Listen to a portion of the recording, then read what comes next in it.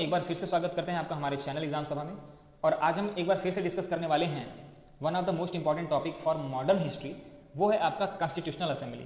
हमारा देश आज़ाद हो चुका है, संविधान सभा की स्थापना भारतीयों के द्वारा, भारतीय सदस्यों के द्वारा कर दी गई है, तो इसमें भारतीय सदस्य ही केवल पार्टिसिपेट कर रहे हैं। अब इसमें संविधान बनाने की बातचीत चल रही है, हमारे देश का भविष्य कैसा होगा, ऐसी बातें तय की जा रही हैं। तो हम इसके बारे में डिटेल में डिस्कस करने वाले हैं, हर तरीके से इसको सोचने का प्रयास करेंगे।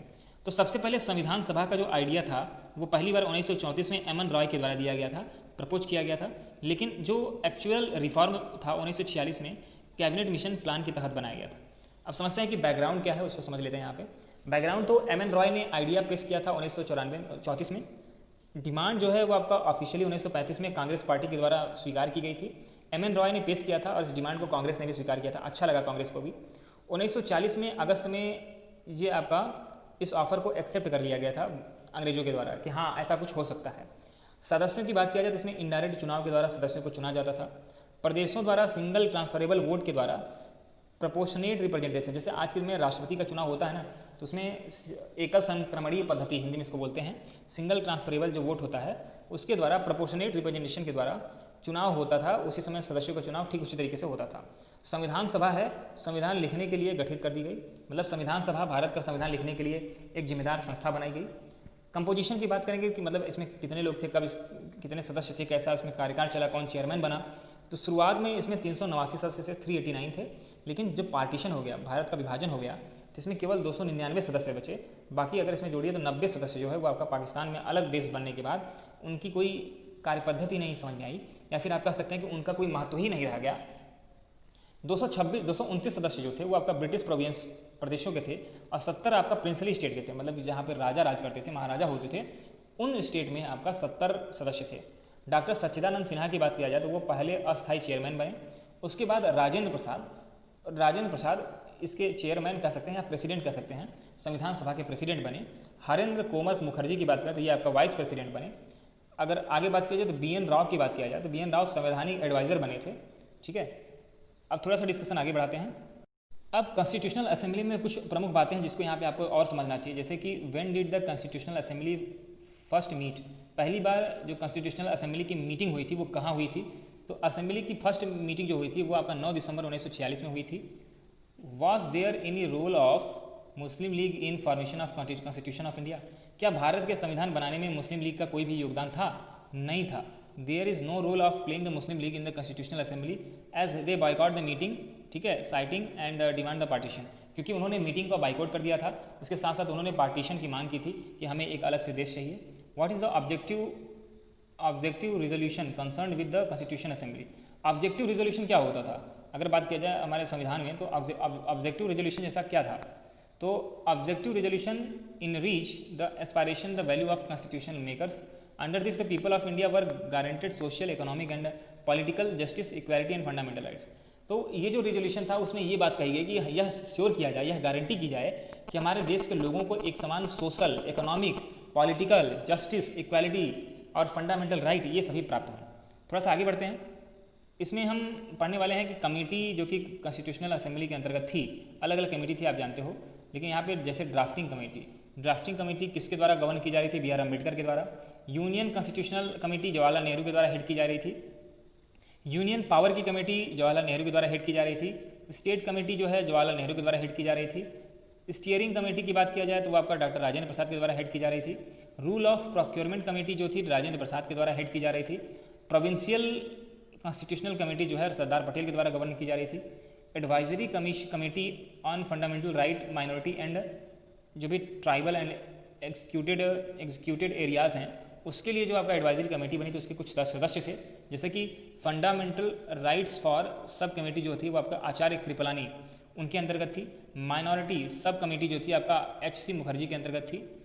Executive and partially excluded areas, जैसे कि जो क्षेत्र बहुत ज़्यादा विकास नहीं कर पाए हैं या फिर थोड़ा दूर हैं भारत में, उनके लिए जो कमेटी थी वो आपका A.V. ठक्कर साहब थे, वो सब कमेटी के सदस्य थे। North east frontier tribal area की बात किया जाए या असम की बात किया जाए, या फिर एक्सक्लूडेड पार्शियली इंक्लूडेड जो एरिया थे जो कि बहुत ज़्यादा जिनका विकास नहीं हुआ था, तो उनका जो सदस्य जो थे वो थे गोपीनाथ बारदोलोई। तो ये सारी चीज़ें हैं जो कि इंपॉर्टेंट है आपका। थोड़ा सा और समझते हैं कि ऑब्जेक्टिव रेजोल्यूशन कब पास किया गया? तो ऑन 30 दिसंबर जवाहरलाल नेहरू ने एक मूव पास किया जिसको ऑब्जेक्टिव रेजोल्यूशन कहा जाता है। ऑब्जेक्टिव मतलब कि हमारे देश का जो भी संविधान बनेगा उसका प्रमुख उद्देश्य क्या होगा। नेशनल फ्लैग जो है आपका यूनियन में, संघ में कैसे, कब स्थापित किया गया, मतलब कि कब स्वीकार किया गया। हमारे देश का जो फ्लैग है, जो ध्वज है, वो तिरंगा ही होगा। इस बात को एक्सेप्ट किया गया 2 जुलाई 1947 को संविधान सभा के द्वारा। ऐसा नहीं है कि पहले देश में तिरंगा जैसा कोई कॉन्सेप्ट नहीं था। तिरंगा तो बहुत पहले, हमारे 10-20 साल पहले ही शुरू हो चुका था, लेकिन उसको संवैधानिक मान्यता कब मिली? 2 जुलाई 1947 को यूनियन के द्वारा इसको एक्सेप्ट किया गया। हमारे देश का यही फ्लैग बनेगा। अगर फॉर हाउ मेनी डेज, अगर बात की जाए कितने दिनों तक हमारा संविधान बना, तो संविधान के बनने में 2 साल 11 महीने और 18 दिन का समय लगा। उस ज़माने में जितनी मनी खर्च हुई थी वो आपका 64 लाख थी। एक बड़ी रकम है इस ज़माने के हिसाब से। जनगण मन जो है वो आपका अडॉप्ट किया गया नेशनल एंथम के संदर्भ में। मतलब हमारे देश का अगर राष्ट्रगान की बात किया जाए, राष्ट्रीय गीत नहीं, राष्ट्रगान की बात किया जाए, तो वो जनगण मन होगा। ये कब और कहाँ पे अडॉप्ट किया गया? तो 24 जनवरी 1950 को जनगण मन को अडॉप्ट किया गया नेशनल एंथम के द्वारा, राष्ट्रगान के तौर पे। How many articles on the final constitution, हमारे जब कॉन्स्टिट्यूशन बना था तो उसमें फाइनली कितने आर्टिकल्स थे, कितने अनुच्छेद थे? तो फर्स्ट डॉक्यूमेंट में जो 22 पार्ट थे और 395 आर्टिकल थे और 8 शेड्यूल हैं। आज के ज़माने में इनकी संख्या बढ़ चुकी है। अपडेट करके आप कमेंट सेक्शन में बता सकते हो, हमें भी अच्छा लगेगा। What was the total number of session constitutional assembly had, जब संविधान सभा बन रही थी, संविधान बना रही थी, तो उसके द्वारा कितने सेशन लिए गए थे? असेंबली की 11 मीटिंग हुई थी, 11 सेशन की मीटिंग हुई थी अलग अलग समय पे। When was the draft of Indian constitution publish, भारतीय संविधान का ड्राफ्ट कब प्रस्तुत किया गया?